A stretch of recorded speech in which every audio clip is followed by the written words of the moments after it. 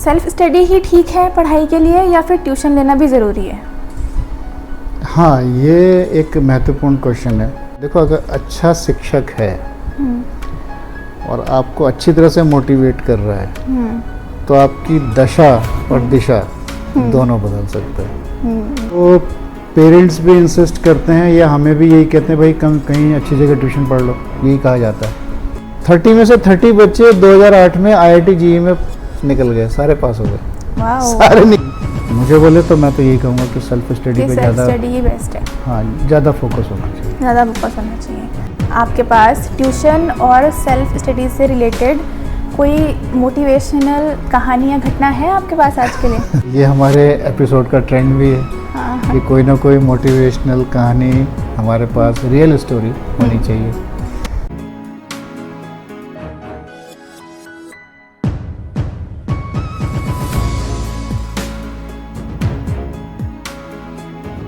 नमस्कार दोस्तों, स्वागत है आपका अपने channel fuel for the future के 5वें एपिसोड में।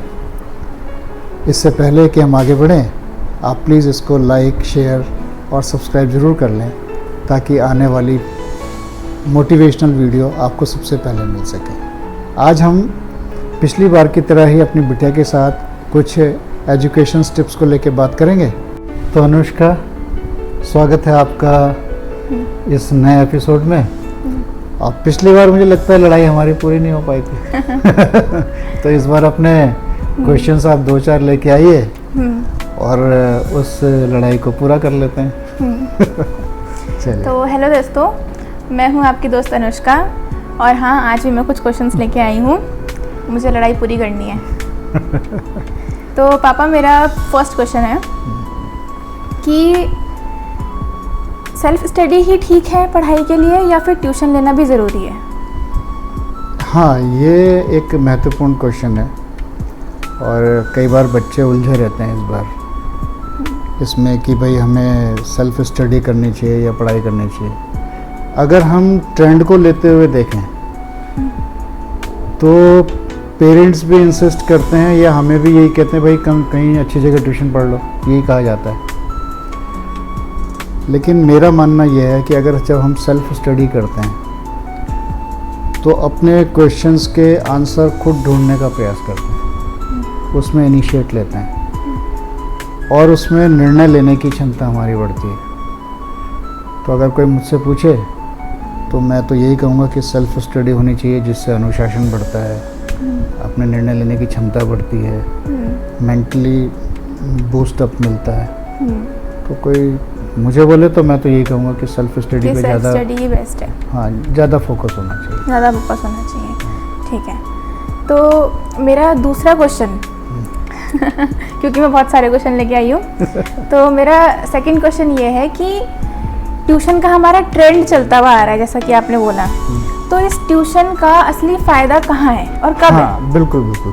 मतलब मैं ये कह रहा हूँ कि अगर मैंने कहा कि सेल्फ स्टडी को मैं प्रायोरिटी देता हूँ तो इसका मतलब ये नहीं कि मैं ट्यूशन का विरोधी हूँ।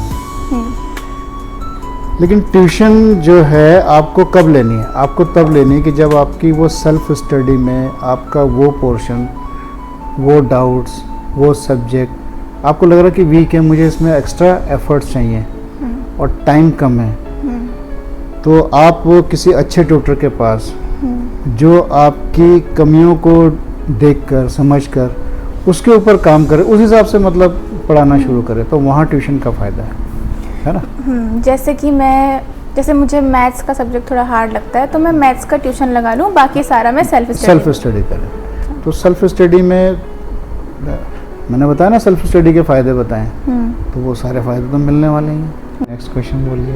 हाँ, तो मेरा थर्ड क्वेश्चन है कि ट्यूशन और सेल्फ स्टडी में असली फ़र्क क्या है? हाँ, बिल्कुल, इस चीज़ को सबको समझना होगा, यानी पेरेंट्स को भी इसको समझना होगा, बच्चों को भी समझना होगा कि ट्यूशन में और सेल्फ स्टडी में फ़र्क क्या है।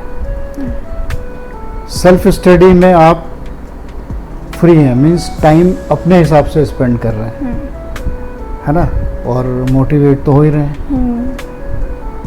ट्यूशन में क्या है कि आपको एक किसी ने पर्टिकुलर टाइम दे रखा है, यानी आपका टाइम स्पेंड आपके हिसाब से नहीं हो रहा है, दूसरे के हिसाब से हो रहा है। सेल्फ स्टडी में आपको कोई पैसा नहीं खर्च करना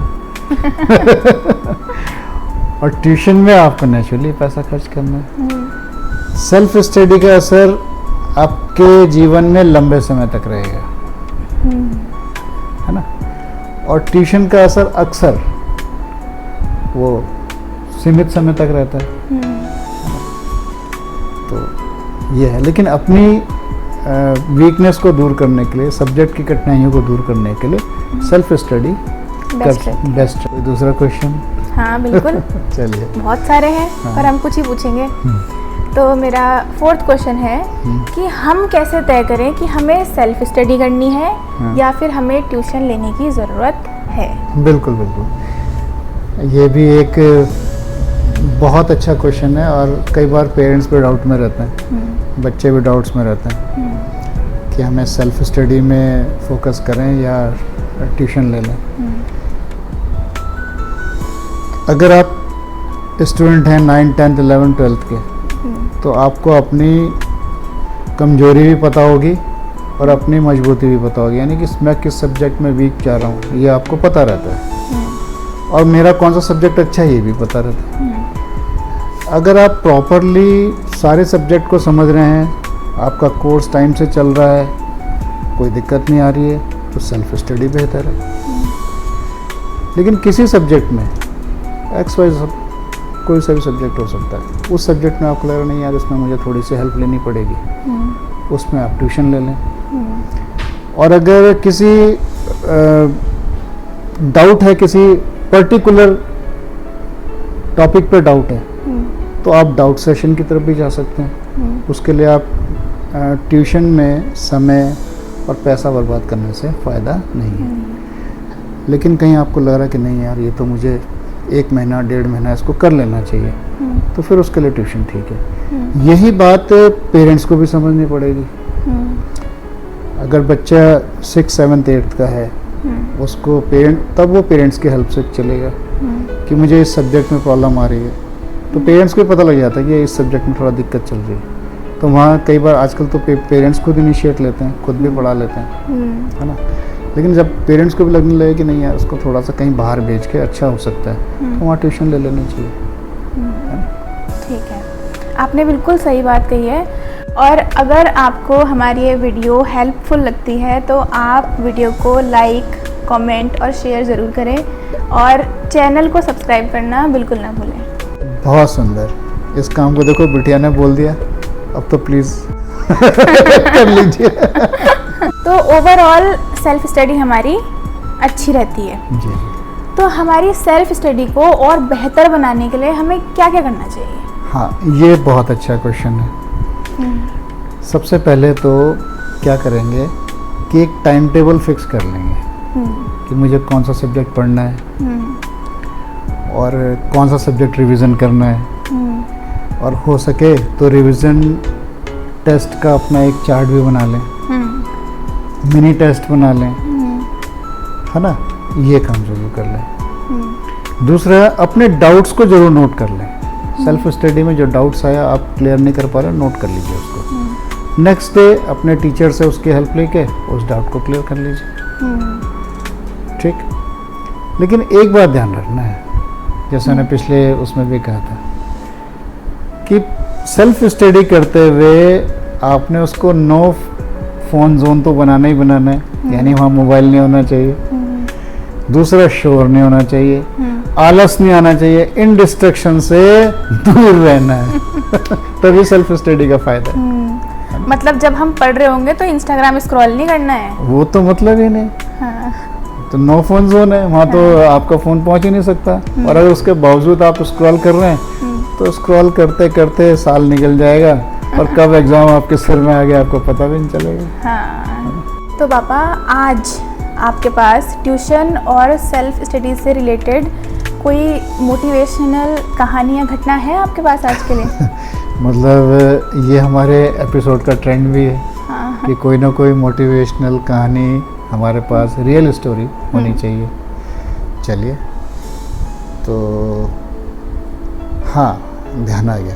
पटना में एक अपने आनंद कुमार हैं, उन्होंने सुपर 30 के नाम से अपना एक इंस्टीट्यूट बनाया। उस इंस्टीट्यूट में उन्होंने क्या किया कि जो आर्थिक रूप से कमज़ोर बच्चे हैं, और बहुत मामूली फीस, ना के बराबर फीस, ऐसे 30 बच्चे छांटे, लेकिन प्रतिभाशाली बच्चे हैं, तो ऐसे 30 बच्चे उन्होंने छांटे। उनको उन्होंने पढ़ाया, मोटिवेट किया। कुछ बच्चे तो ऐसे थे कि स्ट्रीट लाइट में बैठ के पढ़े हैं, उनमें से कई बच्चे तो, और 2008 में तो कमाल हो गया। उनके 30 आउट ऑफ 30 बच्चे, पूरे इंस्टीट्यूट में 30 बच्चे थे, वो लेते ही 30 थे वो। 30 में से 30 बच्चे 2008 में IIT JEE में निकल गए, सारे पास हो गए, सारे निकल गए बच्चे है ना। तो कितनी बड़ी बात है कि मोटिवेशन, देखो अगर अच्छा शिक्षक है और आपको अच्छी तरह से मोटिवेट कर रहा है, तो आपकी दशा और दिशा दोनों बदल सकता है ना। तो ये है इसमें आज की कहानी। कैसी लगी आपको? बस बहुत अच्छी लगी। मतलब मोबाइल से नहीं, मोटिवेशन से लक्ष्य हासिल हो। बिल्कुल बिल्कुल बिल्कुल। मोबाइल तो एक डिस्ट्रैक्शन का पार्ट हो गया हमारा। तो दोस्तों, सेल्फ स्टडी आपके भीतर के योद्धा को जगाता है, और ट्यूशन एक अच्छे मार्गदर्शक की तरह आपका साथ आपके लक्ष्य की तरफ पहुंचाने पर मदद करता है। तो आप समझदारी से काम लें, कहाँ पर किसकी ज़रूरत है उसको देखें। और हाँ, अगर आपको ये एपिसोड पसंद आ रहा है तो इसको सब्सक्राइब करना, बेल आइकन को दबाना और शेयर करना ना भूलें। अगले एपिसोड में हम बात करेंगे, जब मन हार मानने लगे तो अपने आप को कैसे मोटिवेट रखना है। इसी के साथ इस एपिसोड को हम समाप्त करते हैं। धन्यवाद, नमस्कार।